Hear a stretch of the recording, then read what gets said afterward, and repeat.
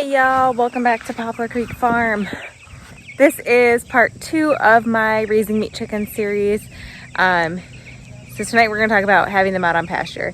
So we used to raise multiple rounds of meat chickens every year, and we used to raise them starting in like April all the way through into the fall. And we realized once we decided we weren't doing it as a business anymore, that getting them in like beginning to middle of July and processing in September is the ideal time for us. So it gives us, we get the chicks when they're little, when it's nice and toasty warm outside, and we really don't have to have them in the brooder very long, which is wonderful. So I move them out on pasture when they're about 2 weeks old, 2 to 2.5 weeks old, depending on how they're looking and how the temperatures are looking. We've had 80s, 90s this week. Lows have been like 70s. So moving them out on pasture when they were about 2.5 weeks old was perfect. We also process them in September, which for us in upstate New York is cooler. Normally can be warm, but typically it's cooler. A lot less buggy, less flies, that kind of thing. So it just works out really nice. It's quite literally our like perfect medium for raising them. We lose a lot less chicks. I've lost 1 chick this time. 10% is fairly average to lose with raising meat chickens, especially Cornish cross, because they're extremely fragile and die very easily. So we use these chicken tractors. They're 2 cattle panels, hooped over, so they're about 7 feet wide by about 8-ish feet long. I'm coming out to help. Yep. I'm a little helper. I'm not a farm girl, I'm a garden girl, because that's what I'm wearing. She helps with everything. But so we use these chicken tractors. We have obviously chicken fencing, chicken wire on them, and then we have tarp. This tarp is quite beat up, and honestly this will probably be the last year with this tarp. We had another tarp on another chicken tractor that completely blew away this winter. Just was ready to be done. We had 2 chicken tractors that we used to use, but I needed the cattle panels this year, and the other one was pretty beat up, so we decided to go down to 1. We may end up getting 2 in the future, depending on how many we end up raising. This is 44 in here. It's not massive, but they get moved twice a day onto fresh grass, and they can be moved more frequently if needed. As I'll show you right now, my husband and I moved them just a little bit ago tonight.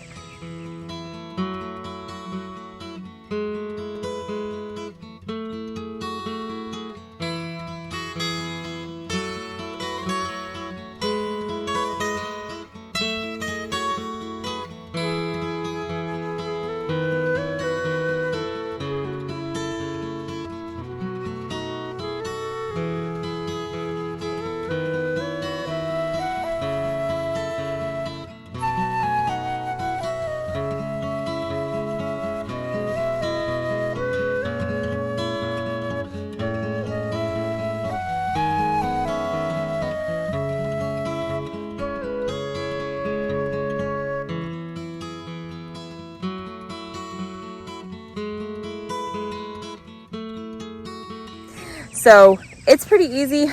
We use this dolly that my husband welded. You could just use like a typical dolly that you would use for like moving. The Joel Salatin style is he puts it in the back under, so then the wheels kind of raise the back up, and then uses like a pull rope in the front, and that's actually what my neighbor uses. And it works pretty well, but we chose this method, and honestly it's worked really well. I can move it myself. The biggest thing is, especially when they're this little, they can easily kind of get taken under this back end here, and their legs can get crushed, and unfortunately we've had it happen. Not this round, but in the past, so we are very careful.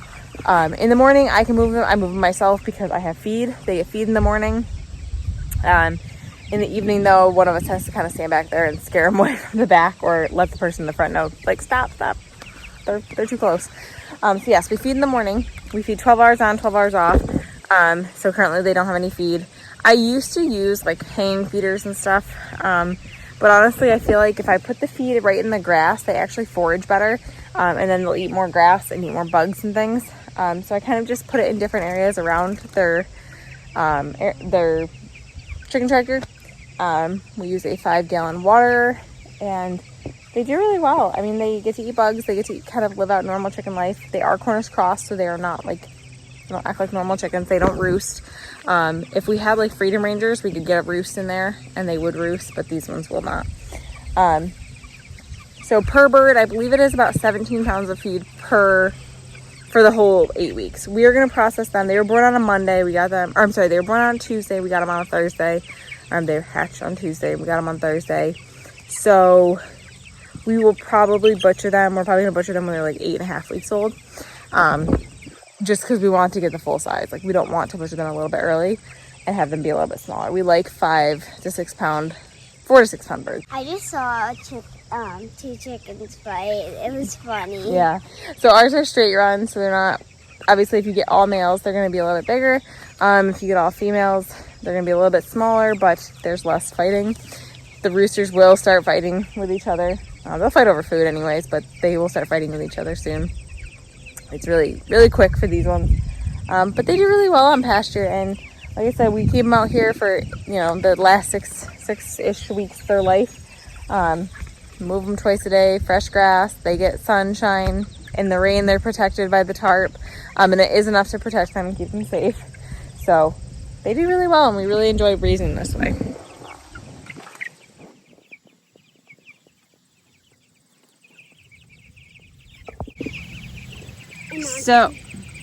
So as you see, they are not fully feathered out. That is totally normal for Cornish cross. They honestly sometimes don't even fully feather out by the time they're processed, because they grow so fast, they just can't keep up. Their feather production can't keep up.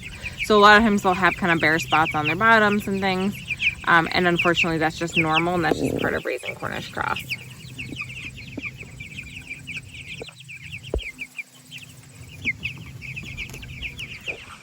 One of the major benefits that I love with raising pasture birds, or raising birds, like especially in a chicken tractor, is you can see the grass growth. Obviously right now there's brown patches where they were the first couple days, especially because I kept them in one spot for the first 2 days. Like that was one full day, that was another full day, and then we've been moving them twice a day now. But this grass is going to be the darkest green grass you have ever seen. I had strips in my front yard from where I had moved the chicken tractors around in previous years. They fertilize the grass so well, and it's such a concentrated fertilization, so it is like that area will be darker green than anywhere else in the yard, and it's amazing. And their manure just gets spread. I don't have to do any management with it. We really don't have to deal with a lot of flies because they're only on one area for about 12 hours, and so the manure is not like this massive amount, but it's enough that it does fertilize along, and it's a really, really cool. I love like seeing pictures or seeing the progress and being like, oh yeah, you can tell where my meat birds were because of how green the grass is.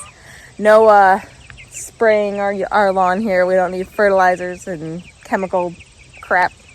We have literal crap. I can actually see a strip of dark right here. Yeah.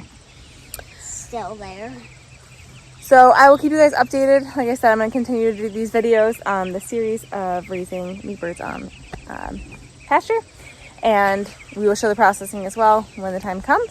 So thank you guys so much for hanging out with me today. Remember, we're growing today for a better tomorrow. Please like and subscribe and join me on the next one.